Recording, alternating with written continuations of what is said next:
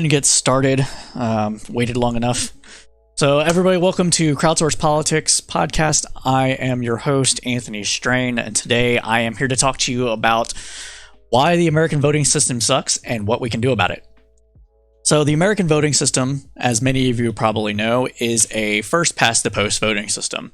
So first-past-the-post is basically an instance where in normal circumstances, the person that would get over 50% of the vote of whoever casted their vote would win. However, in most circumstances, not anybody gets, especially when there's multiple candidates. It is possible for people to not get 50% of the vote and win. So with first past the post, essentially is what happens is that the person with the most number of votes that has the plurality of votes is declared the winner of any congressional race. And these numbers you see on the screen here are actually from the 2016 election, where the Democratic nominee, Hillary Clinton, had 48.18% of the vote. Donald Trump actually only had 46.09% of the vote. Jill Stein had 1.07% of the vote, and Gary Johnson had 3.28% of the vote. Now, in normal circumstances, this would be a clear win for Hillary Clinton. However, we have also winner take all. So winner take all, or we also have winner take all, and in normal circumstances, this would push parties to be kind of similar, and why we have the kind of saying of it's always a choice between a douche and a turd sandwich. So with winner take all, especially with our electoral college system, as you can see on this map, it doesn't matter what percentage of votes went to any particular candidate. The person with the most votes in the plurality system of first past the post will end up being declared the winner of the particular state and take all of the electoral college votes. There are some instances where it is not a straight winner-take-all system. You have in Maine, you have a couple of seats that are awarded proportionally. So that's one way that you could go about divvying up the system to make it more fair to states with higher populations, and making sure that you captured everybody that voted and getting their proper preferences. So on this is the actual voting map by each state's individual county, and it looks like a sea of red, of course, but that's just simply because there's more counties than might necessarily be needed based on each state's preference, and this is not proportional to population. So these are just counties where the overall vote was the darker the red, the more Republicans voted, the darker the blue, the more Democrats voted in these particular precincts or counties. But if we look at it by population, this gives you a much clearer picture of how the general population, in fact, voted in 2016. So what are these issues that we get from this? Well, as Stephen Korniak had pointed out in The Red and the Blue, which is a great book I highly recommend it goes over the history of how the 90s and cable news basically changed the face of political discourse in the United States. We get hyperpartisanship. So with winner take all, there isn't as much with winner take all and the electoral college, there isn't as much of a reason to actually kind of go towards the center, which normally a first past the post system would provide. We also have swing states, so that means that every 4 years we pay attention, like Florida, Ohio, Pennsylvania, and Wisconsin. These are states that kind of go red or blue. They're kind of more purple states, is what people typically call them, but they exist, and when I don't really think that they should. Every president should be going, or every presidential candidate rather, should be going after every voter in every state, if at all possible. This also increases gridlock. If you are not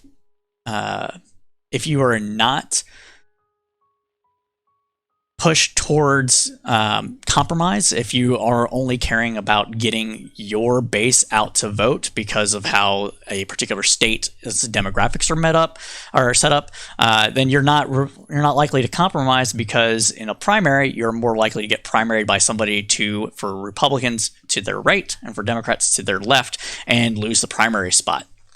You also have the issue with spoilers. Spoilers happens when a person, generally a third-party candidate that is fairly close to the one of the two major party candidates, ends up going and running and taking some of the votes away from the slightly less leftist or rightist candidate. There's also the issue with least favorite winner. So if you are a person that really, really likes we'll say Jill Stein, or what is it, Howie Horton, running on the Green Party, you really like them and they resonate with you and you want to vote for them, so you go and vote for them. But not many other people do. 2016, only 1.02% of the population actually voted for Jill Stein. That actually ends up helping their least favorite candidate, which was ideologically Trump. And for the Republicans, the least favorite candidate might have actually been Hillary Clinton, but if some of those people voted for Johnson, then you have the issue where they would have helped Hillary Clinton's chances. And personally, one of the things that I find the most frustrating of this is that it sends the wrong signal to political parties. What I mean by that is that political parties are looking at the people that are voting and trying to, in a first past the post system, are trying to capture as much of the vote as possible. And so when you have a candidate that is running, we'll say, on the left side of the political spectrum, and they're losing to somebody on the right side of the political spectrum, they will more likely want to try to capture some of those more right-leaning voters and bring them over to their side. And whereas in maybe a better voting system, and we'll get into some of those just in a little bit, might try to go after some of those more lefty or righty lefty or righty people that to attract them, to bring them in over to their side. So how can we solve this? Well, there's several ways that we can solve this, at least on the presidential side. Ranked choice voting is one of those. In a ranked choice voting system, what you're able to do is that if there's 3 people running, you can rank them in order from your first choice, which is the number 1 choice, to your last choice, which would be the third choice. As the votes come in and they're tallied, the least voted candidate, so the one that has the least first choices, has their voters. That candidate is dropped off the ballot, and then those voters go and vote for their voters. End up second choice voting ends up counting towards the actual total. So, and to put it in kind of perspective, if the Green Party candidate voters' second choice was Hillary Clinton, then those votes would then go to Hillary Clinton at the second round of voting, and so on and so forth, as all the parties are eliminated until one candidate gets to 50% over 50% of the vote. So that's one way to go about it. It's also, ranked choice voting is also called instant runoff, because instead of having a new election where it pits the top 2 candidates against each other, you get it all done on a single ballot, saving time and resources. Another way to go about doing this is called approval voting. And approval voting might sound a little wonky, but let's look at it this way. So say somebody, as on this example, likes John Citizen and Mary Hill. So they approve of either one of those candidates winning. People go and vote, and all the votes are tallied up, and the person with the most X check marks or the most approval will end up winning. So if somebody only really wants one person not to win, they go through and check off everybody else to hedge against the person that they dislike winning, making sure that they don't win. and so on. This kind of voting system to me is just a little wonky. It doesn't really, in my opinion, actually push towards majoritarianism, because if everybody votes and they only pick 3 people out of 4, those 3 people might always be different. You'll have you might have a situation where not any one person that gets voted for has over 50% of the voting population voting for them. It's not a terrible issue. It's just something that I don't personally like. So this is actually a good alternative to first past the post, winner take all election systems. Just kind of Another method is range voting, and this is the most complicated voting system that has been proposed that I have seen. And essentially, on this example, it's either -10 or +10. It can be from 0 to 9. It can be any range of numbers that you want. And essentially, what it allows people to do, it says, hey, I agree with this person, let's say 80% of the time. So if you can rank somebody 0 through 9, then you would rank them an 8. And then you can go down the list and you vote for each person as you see fit. So if somebody doesn't like a candidate at all, then they would be able to put 0, and that'd be just like, hey, this guy doesn't get any. This guy gets none of my support. After every vote is cast, that's all tallied up, and the person that has the most approval wins. So if somebody there's no threshold, it's just straight, hey, this is the person that people most agree with, and there you have it. So this has a similar issue, in my opinion, as approval voting, but it does eliminate the necessity to strategically vote, which approval voting does not do, in my opinion. So when somebody needs to strategically vote, they need to be able to, they want to make sure their least favorite option doesn't win. In approval voting, the only way to do that is to check everybody else's box off besides the person that you don't agree with at all. So for example, in 2016, a lot of people didn't agree with Trump at all. A lot of people didn't agree with Clinton at all.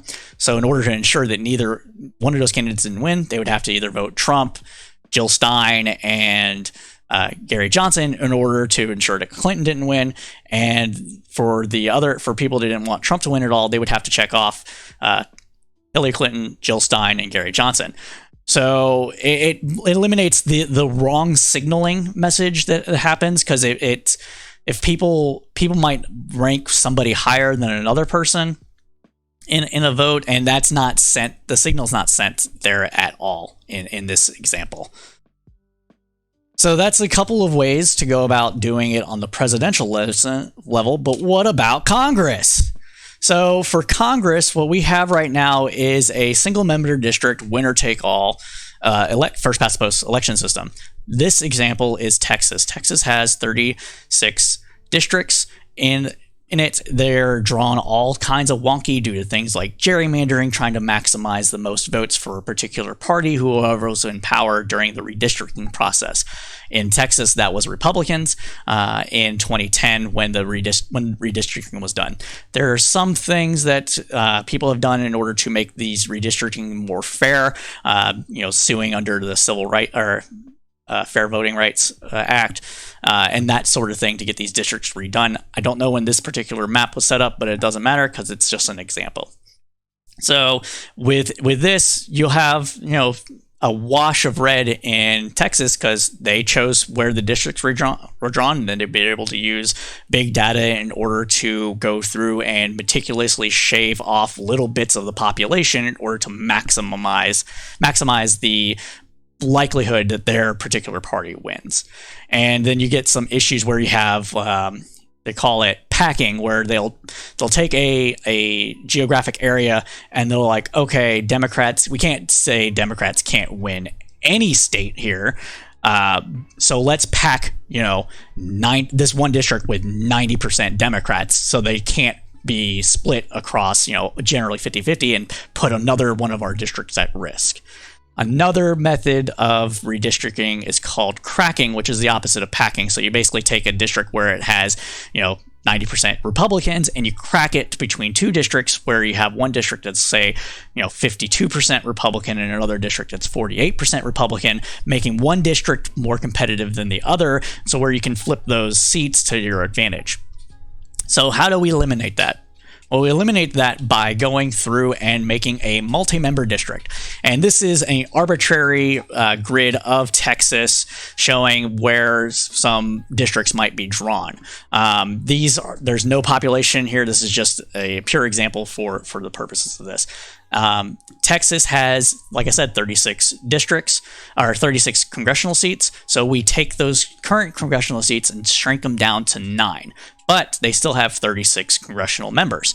So each district would vote for 4 congressional seats. So in order for any one particular candidate that's running for office to win, they would have to get at least 25% of the vote.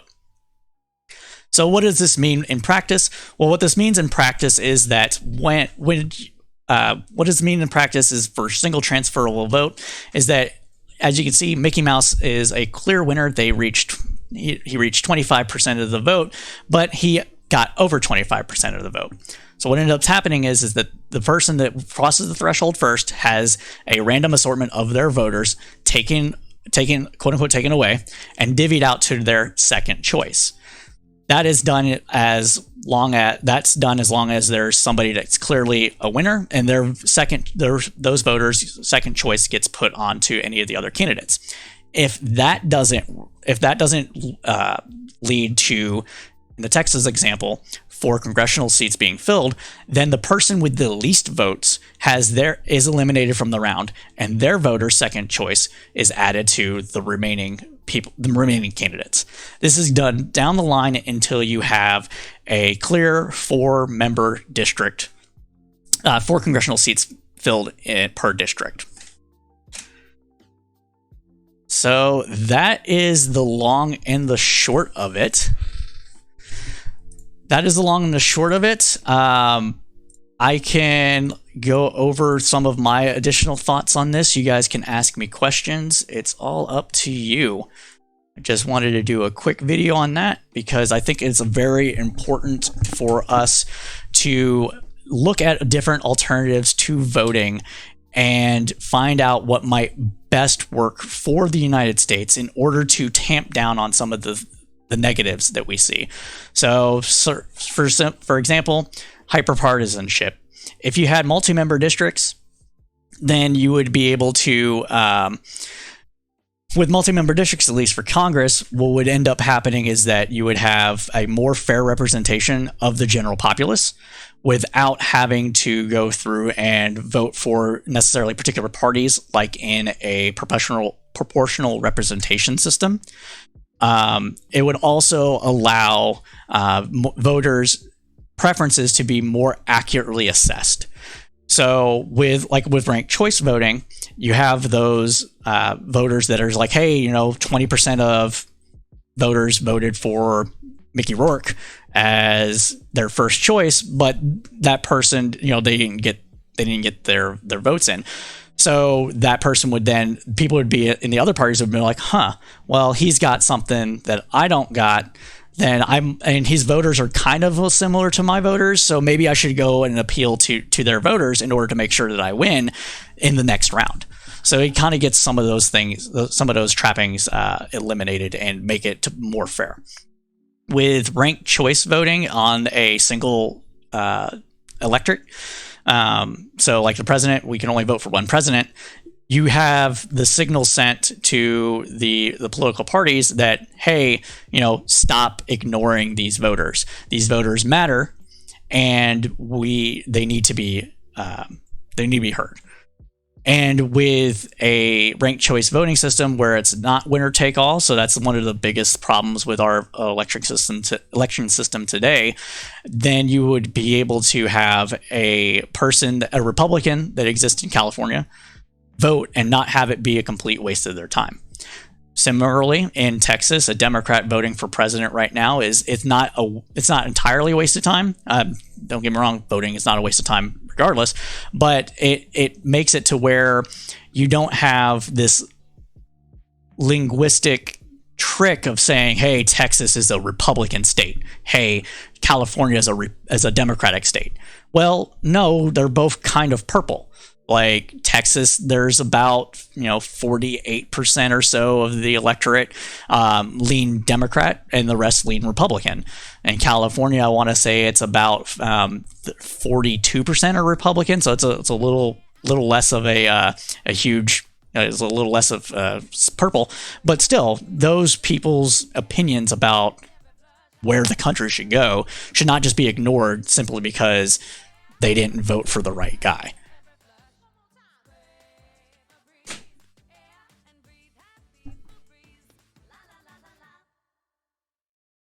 At Sprint, our priority is keeping you safe. During these uncertain times, shop from the safety of your home at sprint.com. Who's Vapor Collector? Vapor Collector, what do you mean wasted votes? Lease it for just $0 a month when you switch and get a $100 prepaid MasterCard when you shop online. Stay healthy and go to sprint.com or call 800-SPRINT1 today. Samsung Galaxy S10 Plus, $0 per month after $35.42 per month credit. Apply within 2 bills.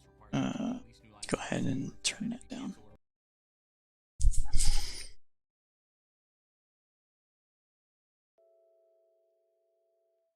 Oh, it's Sean. Hi, Sean.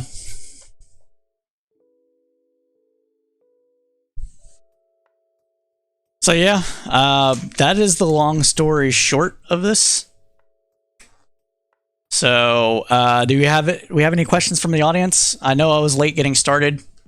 Ran into all sorts of technical issues that I really got to work out before the next time, which is tomorrow. So yeah.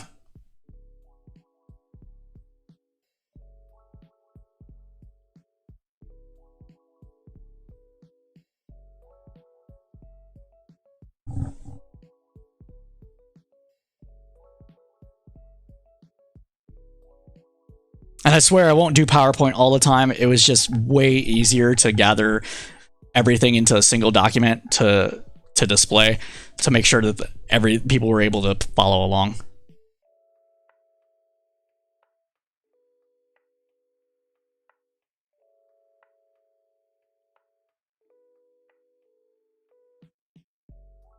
Everybody feel free to join our Discord, which I will throw into the chat right now.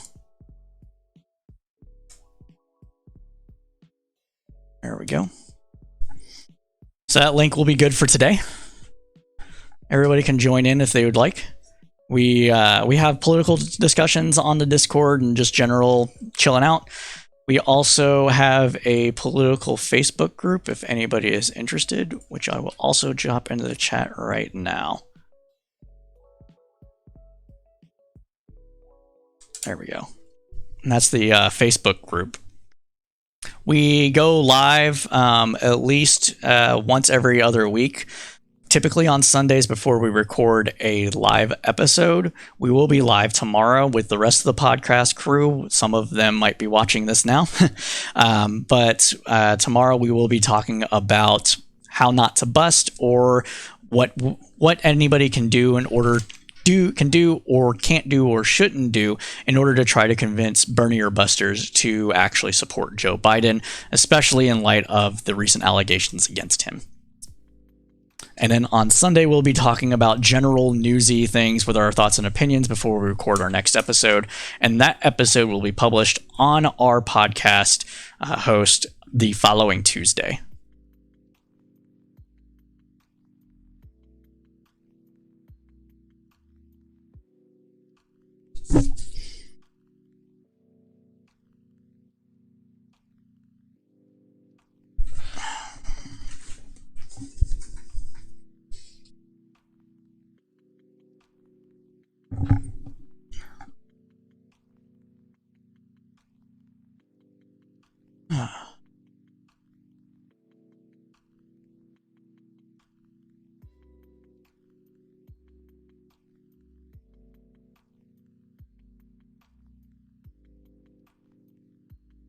Well, if there aren't any other questions, I am going to go ahead and get off of here. Thank you guys so much for joining us. We will, like I said, we will be live tomorrow and on Sunday to have additional episodes. Tomorrow's is Bernie or Bust, and Sundays is to go over weekly news related topics and our thoughts and opinions on what's happening within the United States since the last time we were live, which was our last pre-show, which was 2 weeks ago. Thank you guys, and as always, keep your head up through a political storm.